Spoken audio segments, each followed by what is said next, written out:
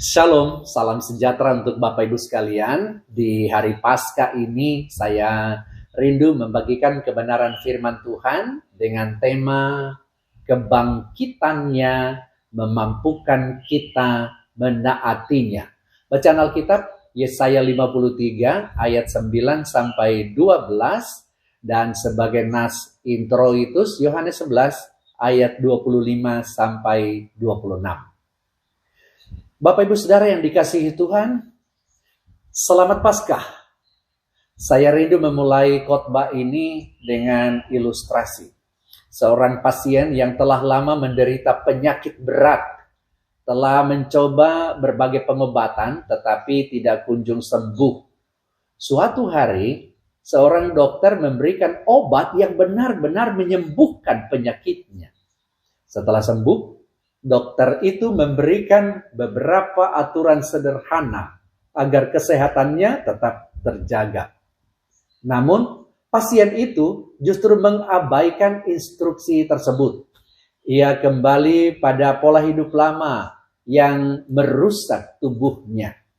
Saudara, betapa ironisnya jika seseorang yang telah disembuhkan justru tidak menaati petunjuk dari yang menyelamatkannya.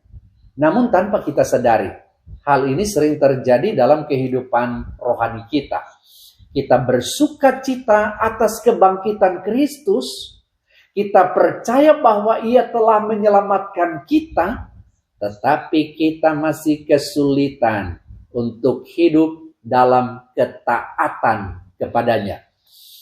Hari ini, melalui firman Tuhan ini, kita diingatkan bahwa kebangkitan Kristus bukan hanya memberi kita keselamatan, tetapi memampukan kita untuk hidup dalam ketaatan kepadanya.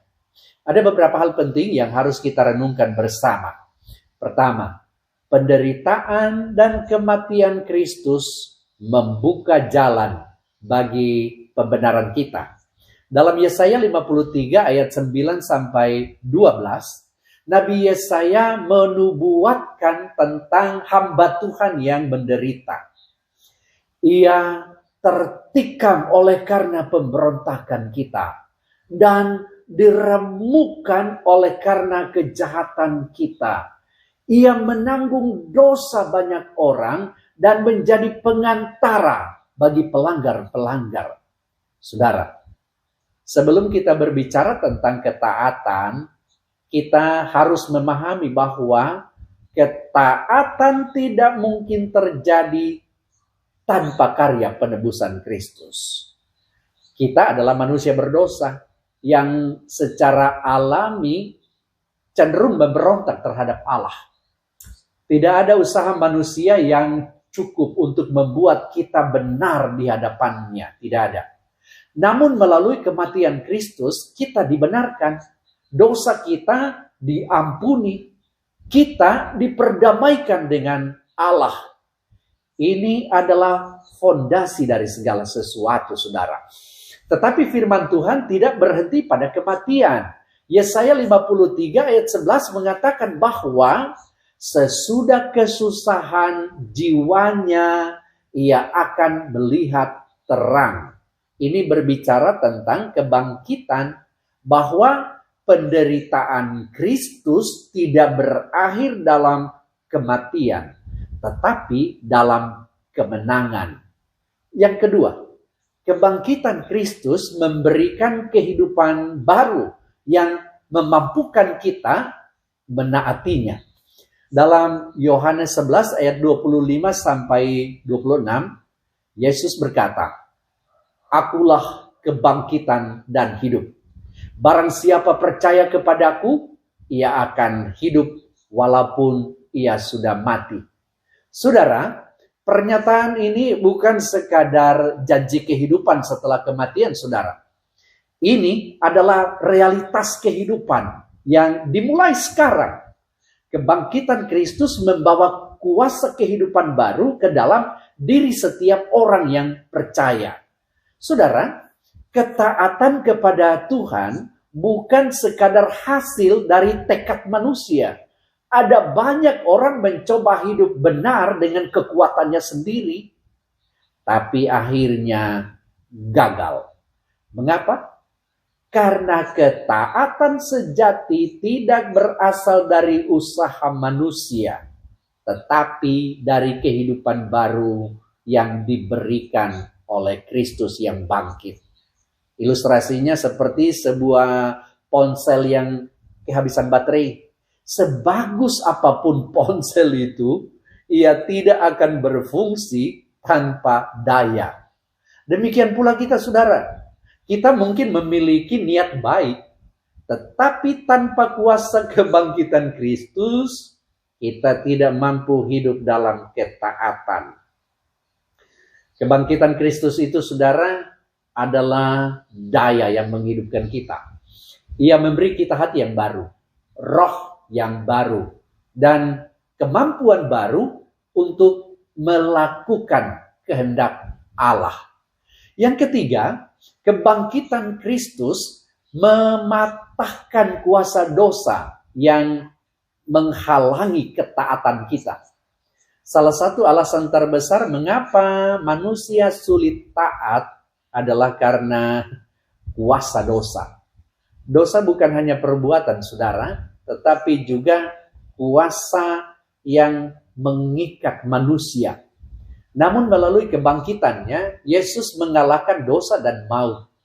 Ia tidak hanya mengampuni dosa kita, tetapi juga mematahkan kuasa dosa atas hidup kita. Saudara, seringkali kita berkata, saya tidak bisa berubah, atau saya sudah terlalu terbiasa dengan dosa ini. Namun Paskah mengingatkan kita bahwa kita tidak ada belenggu yang terlalu kuat bagi kuasa kebangkitan Kristus. Bayangkan seorang tahanan yang telah dibebaskan secara resmi, tetapi masih tinggal di dalam sel atau penjara karena dia merasa tidak layak untuk keluar. Ada banyak orang Kristen seperti itu. Telah dibebaskan, tapi masih terikat. Kebangkitan Kristus berkata kepada kita, pintu itu sudah terbuka. Kita memiliki kuasa untuk keluar dan hidup dalam ketaatan. Kemudian yang keempat adalah kebangkitan Kristus mengubah motivasi kita dalam menaati Tuhan.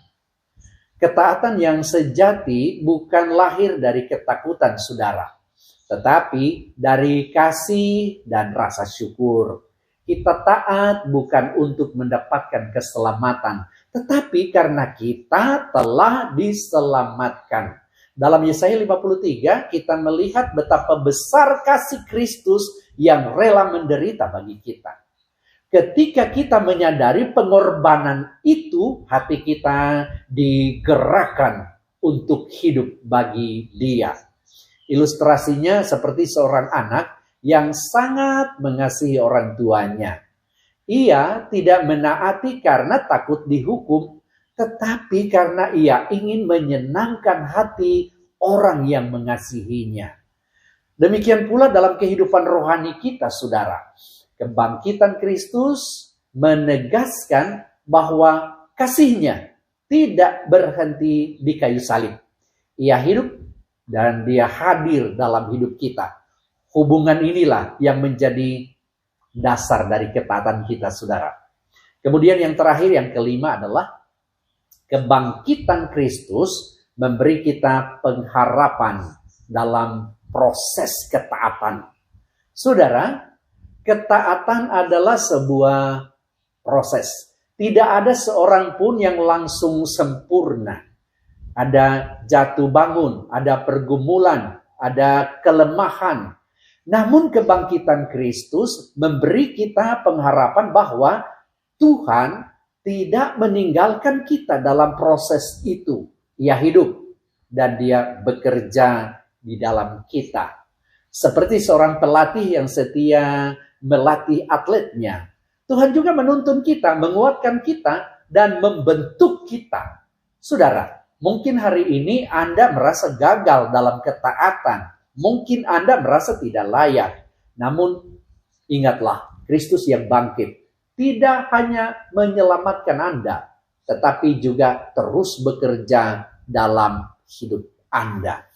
Karena itu, Bapak, Ibu, Saudara yang dikasihi Tuhan, Paskah bukan hanya tentang perayaan, tetapi tentang transformasi. Kebangkitan Kristus bukan sekadar peristiwa sejarah, Saudara, tetapi kuasa yang bekerja dalam hidup kita hari ini. Melalui kematiannya kita diampuni. Melalui kebangkitannya kita dimampukan.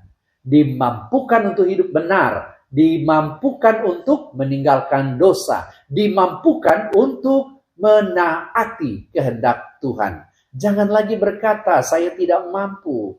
Di dalam Kristus yang bangkit, kita lebih dari mampu.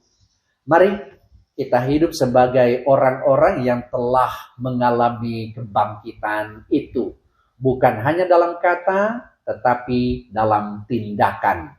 Hidup yang taat adalah bukti bahwa kita benar-benar mengalami kuasa kebangkitan Kristus. Selamat Paskah, Kristus telah bangkit dan kebangkitannya memampukan kita untuk menaatinya. Haleluya. Tuhan memberkati saudara sekalian. Amin.